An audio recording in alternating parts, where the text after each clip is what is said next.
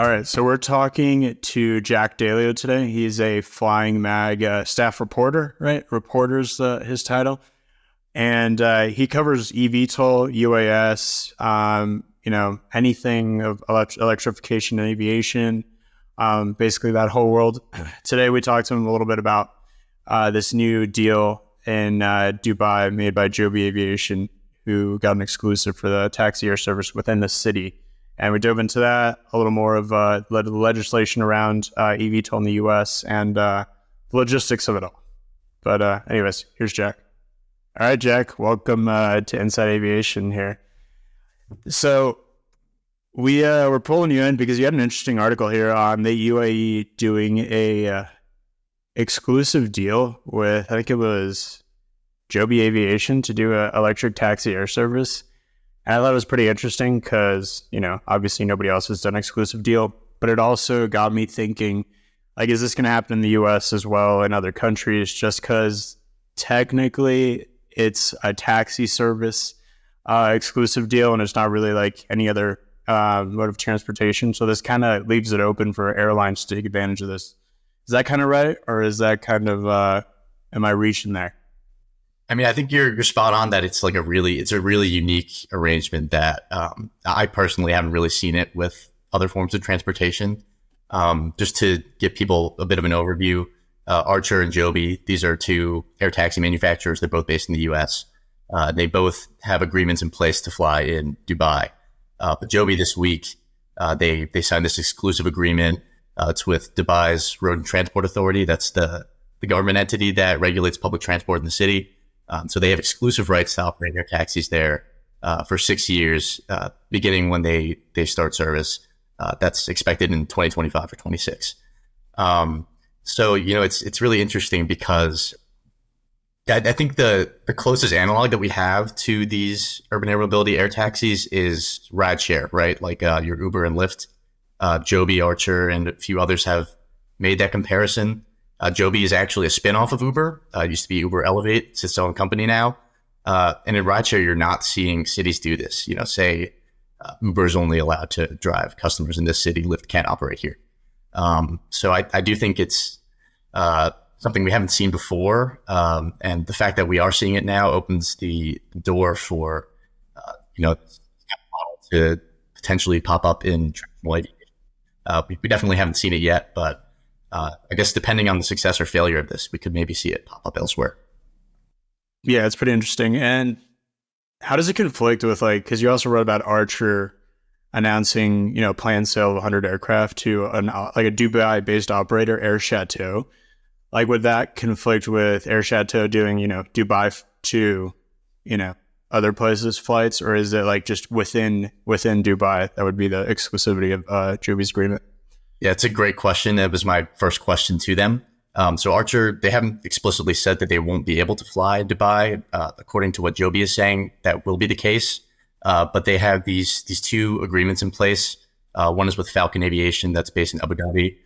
The other is with Air Chateau. That's the company that you mentioned that they're selling 100 aircraft to. That's a Dubai-based company. Both of those contracts initially were meant to cover Dubai and Abu Dhabi. So they're going to continue to maintain those contracts, but Dubai, it appears, will be off the table. So, Jack, I have an airline question for you. Hit me. That very, very curious to hear your thoughts. So, we see these airlines going out there and making these, we sometimes put them in quotes, right? I mean, they're not always orders as much as they are firm commitments, is what they'll sometimes call them, for these electric air mobility airplanes. Not always eVTOLs, but sometimes they are. United made a significant agreement with, I believe it was Archer, correct? That's right. And then we have JSX, which is not technically an airline, but it's a charter op or air carrier, we'll call them, going out to do the same. And I think JSX had a very substantial commitment from three different manufacturers. In your mind, when do you sort of see these aircraft actually flying in revenue service for these carriers? Do you think the timelines that they're giving, some said late 2020s type of range is realistic, or do you see that sort of slipping? Yeah, it's a great question. And I think it's a loaded question, right? Because it's not just about the ability of these manufacturers to have the aircraft ready to fly and get them approved, get them type certified by the FAA. It's also the whole ecosystem around them, right? It's the regulations that need to be in place. We're still a little bit behind in that department. The FAA has had a few blueprints come out, but no hard rules or regulations for operations. And then there's the infrastructure component is another huge piece of this. You've got a couple of companies working to install chargers nationwide, like you're seeing in the EV space with Tesla, companies like that. So a few of these companies, Joby and Archer, have said 2025 is their target for entry into service. And I think that it's very possible that we see some really initial operations that year, but it's going to take probably at least a few more years before we really see the scale that these companies are envisioning, that they become routine flights. I know the FAA is kind of targeting 2028 as that year where we see, really air taxis all over the skies in major cities across the country. So I think probably closer to that year, 2028, is when we'll really start to see the services that these companies are talking about and really hyping up. I think early on, it'll be pretty limited. So for, it says here, they've, in Dubai at least, they've, settled on a couple launch locations, Dubai downtown, the marina, their international airport. At least in the US, sure, there's been a couple locations where they're building just for eVTOL. But shouldn't they just be using GA airports in these cities that already exist and heliports that already exist? It feels like, building all this extra eVTOL port situation is just going to run into the same issues as people are already having. We're trying to get permits for a heliport in the middle of a city, or, airports are having with noise complaints and all that. I know the whole thing with eVTOL is that it's supposed to be quieter, but if you've heard one of these things, in a demo, they're pretty loud. So yeah, what do you think about that? About all the infrastructure being built for it, and is it actually necessary? Well, and I'm going to throw something in there too. Is that it's still an uncharted regulatory space too, right? I mean, in terms of you have heliports, you have airports, but I'm sure the FAA is asking the same question: what's an eVTOL port, and how is it different from a heliport?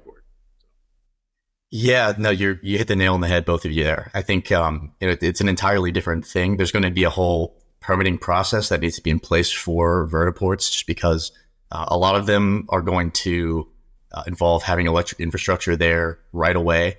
And you're right about what you said, Kevin. The idea of using existing airfields. That's exactly the strategy that a lot of these companies are going for. Archer, for example, they're looking at a route between Manhattan to Newark Liberty International, and they're planning to use the downtown Manhattan heliport as kind of their hub in Manhattan. So that's the strategy we're seeing a lot of these different companies look at too, because you're right, it doesn't make sense to stand up an entirely different airfield for these operations. They're expensive enough already. The manufacturing costs, none of these companies are producing revenue yet, so you have to look to save money and be efficient wherever you can. And that's an example of it. Yeah, no, I think, it's almost like the eVTOL port's a solution looking for a problem, at least now, because we don't really know the use cases of eVTOL and how adopted it's going to be by the general public. I feel like it's going to take a while. I mean, even helicopters still are sketching people out. Another question I had about that is why start these air taxis and all this new tech for these new airframes when we have a proven one with helicopters here? Should we just use the engine and battery tech and just throw it in a bell, and that'll solve the issue of what they're going for with electrifying everything? And again, I'm just coming from pilot point of view and GA, so that's kind of my questions with all this. Is eVTOL actually necessary when we have airframes that work already? Yeah, no, it's a good question. I can tell you what these companies would say. It's that they're essentially creating a zero emissions, low noise version of a helicopter. And the reason that you have this kind of hybrid configuration with the vertical lift and the cruise is just for efficiency. They're looking at, a lot of them are looking at around 50 miles for an average trip, and just the ability to take off vertically and then cruise for 95% of that flight. It's the way they see it. It's helping them save a lot of efficiency. Gotcha. So yeah, so it'll be like kind of like a hybrid helicopter plane that'll go faster and cover, more ground. All right. No, I'm all So, for it at the end of the day. Like, so not against it. I mean, but I think one of the big questions that you guys touched on this a minute ago is the infrastructure component around these things. You walk around a Target parking lot and you see, these one or two chargers for Teslas. And I'm sure, in this eVTOL space, the same problem is going to arise as what is kind of been arising with electric vehicles, which is you need infrastructure, you need charge ports, you need places for people to go charge these things. And there's, a sort of a capital cost when it comes to building the infrastructure around it. And so, we had JSX go out and make this large commitment for these aircraft. And part of that sort of commitment and the announcement that they made was that this would help small community air service. And, part of that, I think, is a little bit of a play to the regulator, perhaps, as they're dealing with some regulatory challenges in their certification. But when you think of a small airport that has lost all air service and having to go in and perhaps fund the capital cost of installing this infrastructure up front, don't you think that might be a bit challenging for JSX or somebody else, or even these small airports to fund this sort of thing? Yeah. I guess my question to you is what sort of infrastructure is needed here, and how realistic is it for some of these airports to install it? Yeah, I think it will be really challenging. It's a big thing that people in the industry are talking about is, how are we going to get the funding to install all of this stuff? And I think the answer that a lot of people are hoping for is federal funding. You're seeing more and more grants from the Biden administration. There was a recent one for $1 billion covering 114 airports.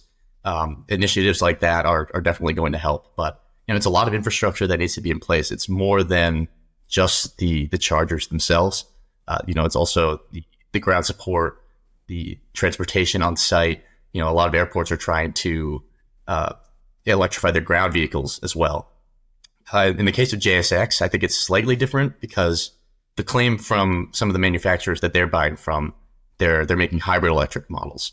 And their claim is that they won't need additional electric infrastructure to be installed. They can fuel up with traditional jet fuel or with sustainable aviation fuel, SAF. So in that case, it might be a little bit different. But there's definitely going to have to be an overhaul at a lot of different airfields. And it's going to be a challenge, particularly for those smaller airfields, like you mentioned, that maybe aren't seeing as much service. And it's kind of ironic because those might make an ideal location for eVTOL service, where you don't have to deal with traditional aircraft also sharing that airspace. It creates a headache for air traffic control, and it's definitely a predicament that the industry's in. Yeah, no, I think when this whole thing started, this whole like push to eVTOL, in the late 2010s, I really just saw them as like, tech companies coming in and trying to disrupt aviation, which, is not always the best move, especially with this industry. But as it's gotten further along, I've seen them like partner with, a lot of like established like aviation companies, organizations. Like even NASA now has a, air mobility study, which I think is pretty interesting. We can dive into in a whole different episode. But also I think they're going to eventually have to like, partner up with like FBOs. Maybe it's like a signature eVTOL situation where they like start doing like their own eVTOL, charging ports and all that, or Atlantic or one of these, because they already know the logistics of like, ground operations for private aviation, even like charter stuff like Jet Suite now does, kind of charter. It's like 135, right? Yeah. Well, you mentioned Atlantic. So yeah, Atlantic actually just recently partnered with Archer, Joby, and Beta Technologies. That's another. Well, there we go. Actually. See? So I love to see that. So they're looking at installing chargers at their FBOs. Clay Lacy Aviation is another one. Two of their FBOs in California. They're looking at working with Joby. See, that's the perfect thing.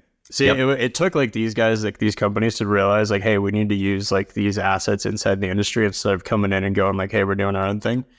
Because I think that'll just like help, since they already have it down to a science. The other thing I want to say real quick is I've noticed, like, I think it was like Lilium and Over Air have been hiring a bunch of government affairs people from like AOPA, NBAA, and like other aviation companies, which is pretty interesting because they're like, leaning into these people who have, years of experience and, dealing with the FAA and, legislative bodies. So that was my next question.